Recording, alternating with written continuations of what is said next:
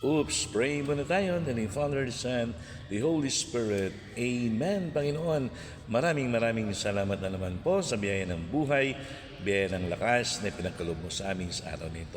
Salamat din po sa biyaya ng pamilya, mga kaibigan, at mga grasyang tinatamasa namin araw-araw.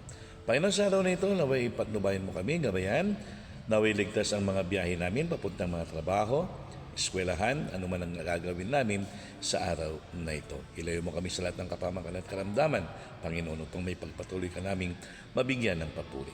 Ngayon din, Panginoon, pinagdarasal namin ang mga kapatid namin may mga sakit. Ipuin mo sila, Panginoon, pagalingin mo na sila upang makabalik na sa paglilingkod sa iyo, lalong-lalo mga membro ng pamilya namin, mga kaibigan namin, at mga may sakit na nakakalimutan ng ipagdasal ng kanilang pamilya. Pagalingin mo na sila, Panginoon. Kaya hindi ang mga kapatid naming mga OFW, mga nagtatrabaho sa ibang bansa upang may taguyod ang kanilang pamilya, lagi mo silang protektahan, Panginoon. Ilayo sa lahat ng kapamakan at karamdaman upang sa gayon malakas sila at masigasig na nagtatrabaho upang may taguyod ang kanilang pamilya. Sa araw na ito, Panginoon, gawin mo kaming tunay na instrumento ng pagmamahal, pag-ibig, pagpapakumbaba at pagpatawad. Naway sa panahon pa rin ng Koresma, may pagpatuloy namin ang pagbabalik loob sa iyo. Naway patawarin mo lagi ang aming mga kasalanan. Amen.